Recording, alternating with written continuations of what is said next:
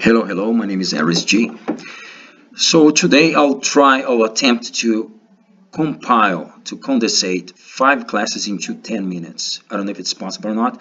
It's about the training, how to talk in public, how to get yourself prepared for a business presentation, how to deliver this very presentation. So all the content is based in some guys, famous guys like this one, I cannot even dare to pronounce his name, and Simon Sinek. I have been a professional lecturer myself when I was living in Russia. I worked for Pearson Books. And the idea was to present the products to new universities and get new clients. So basically, I have something to talk about emotions, how to set your emotions, how to be relaxed, or how to be in a more aggressive way, but I don't think I will have time for this. How to prepare you emotionally, how to teach you how to get emotionally prepared for your presentation. I prefer to go with a more technical approach at this time because it just is not possible in this short length of time. Right. So before you even get to the stage, you should set the mood of your stage. For example, maybe with a proper background music, maybe with the paintings and the layout itself. For example, if you want to tell a joke, if it's like a stand-up comedy, you should maybe make the stage more colorful. If it's something more serious, like a business meeting, maybe arrange the chairs in such a way, the food, the background music in such a way that this mood is created before you get in the room. So right, what you're going to say in the very first 7 seconds of your presentation. There's a study that shows that the very first 7 seconds is when the audience, the bystanders, build the first impression on you. So don't waste that presenting your name, saluting, greeting, and so forth. Don't do that. As you can see from TED Talk, from other public speakers, good ones, public speakers, you see that they basically start with something strong, something that create this bond right in the beginning, before even saying your name. For example, like a power statement, like a joke, like something interactive, a story, a fact, or something shocking. I can give you an example from my real life experience. For example, once I started my presentation in Russia, one of my presentations showing a picture. In this picture was divided into 2 parts. In the first part, there was a party in Moscow. In the second one, that was showing a war. And the advertisement was like this: visit Russia before Russia visits you. Then I told them this is basically the vision of Russia in the Western, how people see Russia in the Western. And when I got to Russia to study my PhD, I found out Russia was not like that at all. But everybody got shocked because they didn't expect that. And then my point was achieved. I got everybody's attention. That's how you create this first impression, this curiosity. Another way that I started once I made this interaction, I started exactly like this. Who of you would like to double your income for the next year? Everybody raised hands. So basically, this is like I started the presentation with something curious, something that would catch everybody that was maybe using the cell phone, talking to each other. They would suddenly stop. That's a guarantee. So what you're going to say in the very first 30 seconds of your presentation. After those 7 seconds, the first impression, you should be able to answer this question in their subconscious mind. What am I doing here? That should be clear. What the hell I'm here for? So how do you do that? State your point, whatever point it is, whatever product you're selling, whatever intention you have with your presentation. Then you introduce yourself. Some people do not need to introduce themselves because they are famous, they have their own status and so forth. But if that's the case for you, introduce yourself properly and make yourself big but not big enough to be distant from the audience. This rapport also conveys the idea that you should be close to the audience and far at the same time. Far because you are a specialist in what you're doing, you are competent, but close because you are creating this approximation from the audience, as if they were your friends. Of course, I mean, I'm compiling all this information. I cannot just don't have time to explain in details everything about this. Right. And the very first minute after those 30 seconds, what you're going to do, make a summary, basically outline what you're going to say in the future, what is expected from you for this presentation, how it will be organized, and very important here, when should the audience question you? Maybe they should question after each chapter, or after the presentation is done, or during the presentation. It's a matter of style. It's up to you how you feel more comfortable and how you think the presentation will be better. Do an easy transition to the body part. That means a smooth transition. Don't say, okay, now let's start our lecture. Don't do this.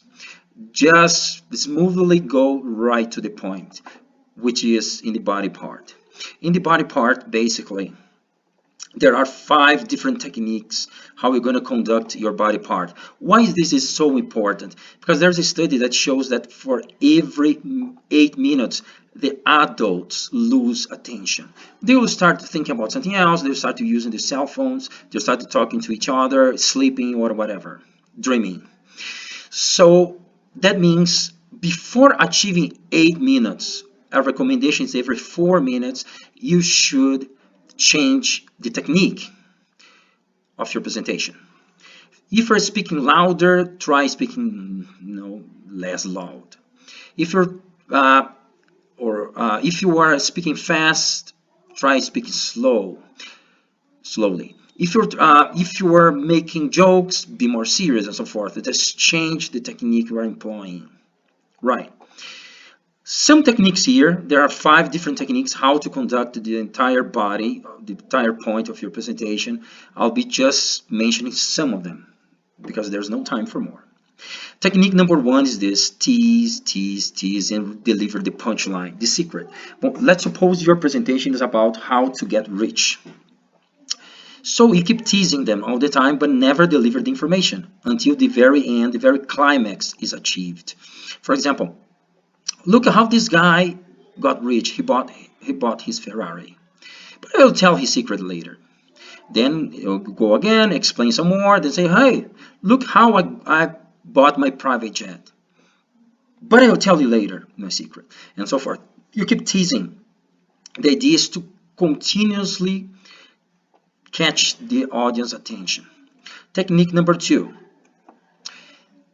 You explain your point, reinforce it to make sure everybody understood, and then you finish your presentation with a paradox, contradicting yourself. If you're selling a product, that will even enhance the value of your product. For example, if you're selling books, which was my case, maybe you finish your presentation by saying, okay, but you better not buy books if you are into cell phones. Cell phones make us smarter.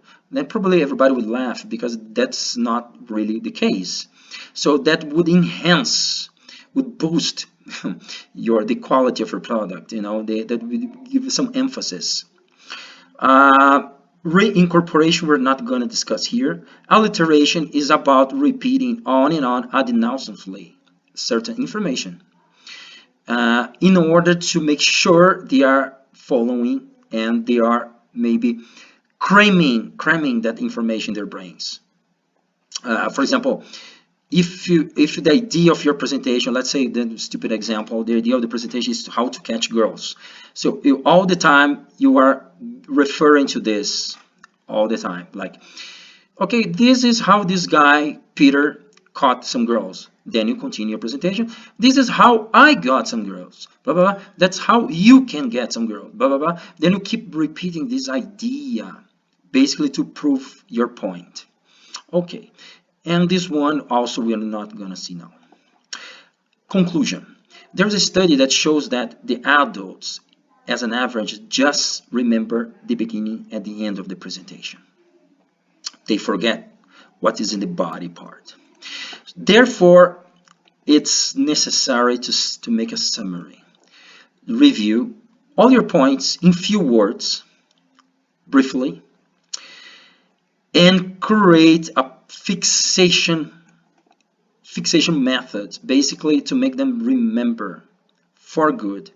Even after they finish the presentation, they go home, they'll be thinking about your presentation because you're creating a fixation of your product, of your idea in their brains, in their minds.